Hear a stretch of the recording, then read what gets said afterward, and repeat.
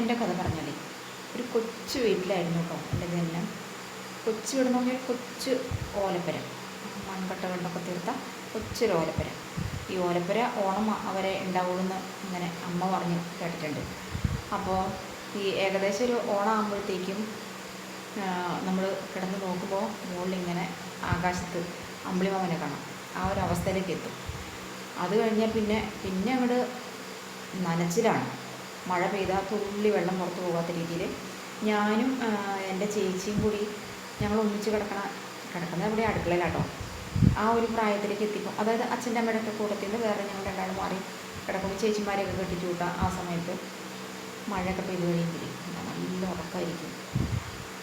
വെള്ളം ഇങ്ങനെ മേത്തേക്ക് വീഴുമ്പോൾ ഇവള് എന്നെ ഒരു ഭാഗത്തേക്ക് നീക്കി കിടത്തിയിട്ട് പാത്രം വെച്ച് വെള്ളം മുക്കി പിഴിഞ്ഞ് വീഴ്ത്തും. അങ്ങനെ മഴ മാറി വെള്ളം നിന്ന് കഴിയുമ്പോൾ ഈ ചമച്ചാക്കുണ്ടല്ലോ, അങ്ങനെയുള്ള ചാക്കൊക്കെ പായരടിയിട്ടിട്ട് നനവും മാറാനിട്ടിട്ട് അങ്ങനെ കിടന്നുറങ്ങും. പിന്നെ കുഞ്ഞു ചെറുപ്പത്തിലാണെന്ന് വെച്ചാൽ ഓർമ്മ ഒക്കെ ഇങ്ങനെ വയ്ക്കുന്ന ആ ഒരു കാലഘട്ടത്തിലാണെങ്കിൽ 7 വയസ്സുള്ള ചേച്ചി മൂത്തേച്ചിട്ട് കല്യാണം കഴിഞ്ഞിട്ടോ. അത് കല്യാണത്തിന് മുമ്പുള്ള കാര്യങ്ങളൊന്നും എനിക്ക് ഓർമ്മയില്ല. കല്യാണ ദിവസം എനിക്ക് ഓർമ്മയുണ്ട്. അത് കഴിഞ്ഞിട്ട് പിന്നെ ഞങ്ങളിങ്ങനെ കിടന്നുറങ്ങുമ്പോൾ സൗകര്യമില്ലാത്ത വീടാണ്. അപ്പോൾ അന്ന് ഈ പറഞ്ഞ മാതിരിയുള്ള ഫാനും സൗകര്യങ്ങളൊന്നുമില്ലല്ലോ. അച്ഛൻ, ഇളയാങ്ങള, അമ്മ, ഞാൻ, ചേച്ചി അങ്ങനെയാണ് കിടക്കുന്നത്.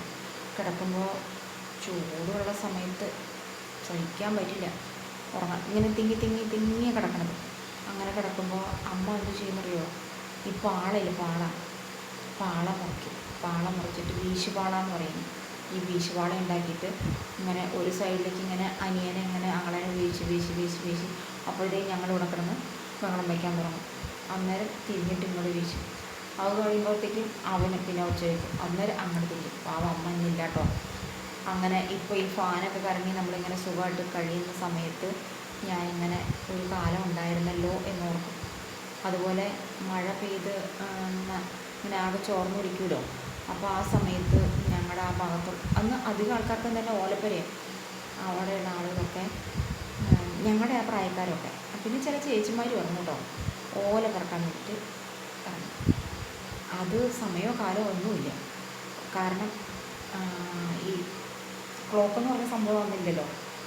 അപ്പോൾ എൻ്റെ ചേച്ചി ഉണ്ടല്ലോ, അമ്മ ഞാൻ ഇതിനു വേണ്ടി തന്നെ ഒരു 2 ബാറ്ററിയുടെ എവറഡി ടോർച്ച്, അന്ന് ആ ടോർച്ച് നല്ല ഫേമസ് ആയ ടോർച്ചാണ്. ഇന്നിപ്പം അതൊന്നും ഒരിടത്തും കാണാനില്ലാന്ന് തോന്നുന്നു.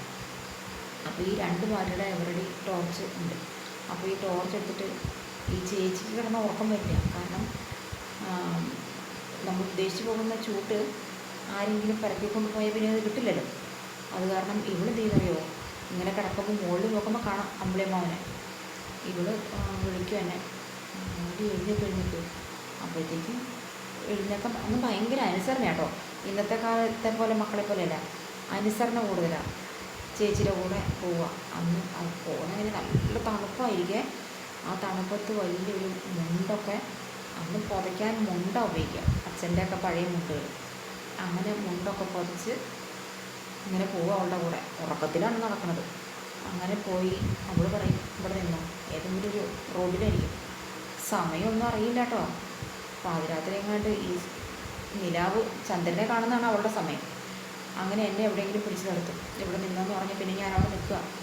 ഞാനാണെങ്കിലോ പേടിച്ച് വിറച്ചിട്ടാണ് നിൽക്കണത്. ഇവള് ഓരോ തെങ്ങിൻ്റെയും ഒക്കെ ലക്ഷ്യമുണ്ട്.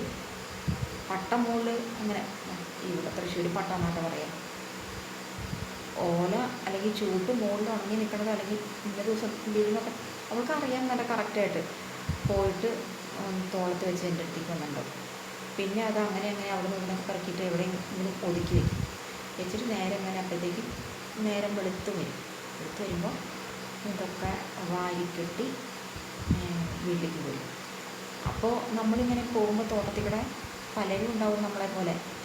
ഒരു ദിവസം ഒരു കുടു എന്ന് പറഞ്ഞൊരു ചെക്കൻ, ഞങ്ങളുടെയൊക്കെ പ്രായത്തുള്ള, അവൻ്റെ പേര് കറക്റ്റായിട്ട് എനിക്കറിയില്ല കേട്ടോ. ഇപ്പോൾ ഇത് കുടു അങ്ങനെ കാണുന്നുണ്ടെങ്കിൽ സോറി കേട്ടോടാ. അങ്ങനെ ഇതിങ്ങനെ ആടി മൂടി പുതച്ചിട്ട് ഇങ്ങനെ നിൽക്കുക തോട്ടത്തിൽ. ഇരുട്ട രാത്രിയാണേ. അങ്ങനെയുള്ള സംഭവങ്ങളൊക്കെ ഉണ്ടായിട്ടുണ്ട്. പിന്നെ ഈ വഴിയിലൊക്കെ കൊണ്ട് നിർത്തും, അവിടെ നിൽക്കും. അങ്ങനെ ഒരു കാലം. പിന്നെ അത് വീട്ടിൽ കൊണ്ടുവന്നാൽ അമ്മ നേരം വെളുക്കുമ്പോഴത്തേക്കും അതിൻ്റെ മടക്കലയൊക്കെ വെട്ടിക്കളഞ്ഞ് നടുവേ കീറി നല്ല നോക്കി കെട്ടി വെച്ചിട്ട് പിന്നെ ഞങ്ങൾ അതുകൊണ്ട് തോട്ടിലേക്ക് പോവുക. തോട്ടിൽ പോയിട്ട് ഇങ്ങനെ വെള്ളം അവിടെ ഇവിടെയൊക്കെ കെട്ടി നിൽക്കണ്ടാവും. സീപ്പി താഴെയാണ് പോവുക. ഞങ്ങളുടെ ഒരു പുളിക്കടവിൻ്റെ പേരാട്ടോ. അവിടെ ചെന്നിട്ട് വെള്ളം കെട്ടി നിൽക്കുന്ന സ്ഥലം നോക്കി ഈ ചൂട്ടുകെട്ട് ഓല കെട്ട് അവിടെ കൊണ്ടിട്ടിട്ട് അതിൻ്റെ മുകളിൽ വലിയ കല്ലുകൾ ഒഴിച്ച് കയറ്റി വെക്കും. കാരണം ഇത് വെള്ളത്തിൽ കിടന്ന് കുതിർന്ന് ചീഞ്ഞ് വരണം. അപ്പോൾ അതിനിട്ട് അങ്ങനെ കഴിയും. പിന്നെ ഒരു 3-4 ദിവസം കഴിയുമ്പോൾ പോയി അതിൻ്റെ കെട്ടൊക്കെ അഴിച്ച് ഓരോന്നെടുത്ത് കഴുകി വേറെ കെട്ടാക്കി നല്ല മണമായിരിക്കും. അങ്ങനെ വീട്ടിൽ കൊണ്ടുവന്ന് ചിലപ്പോൾ അത് ചിലർക്ക് ഭയങ്കര തലവേദനയൊക്കെ ഉണ്ടാവും, ഈ വെള്ളം ചീഞ്ഞ് ആ മണം വരുമ്പോഴേ.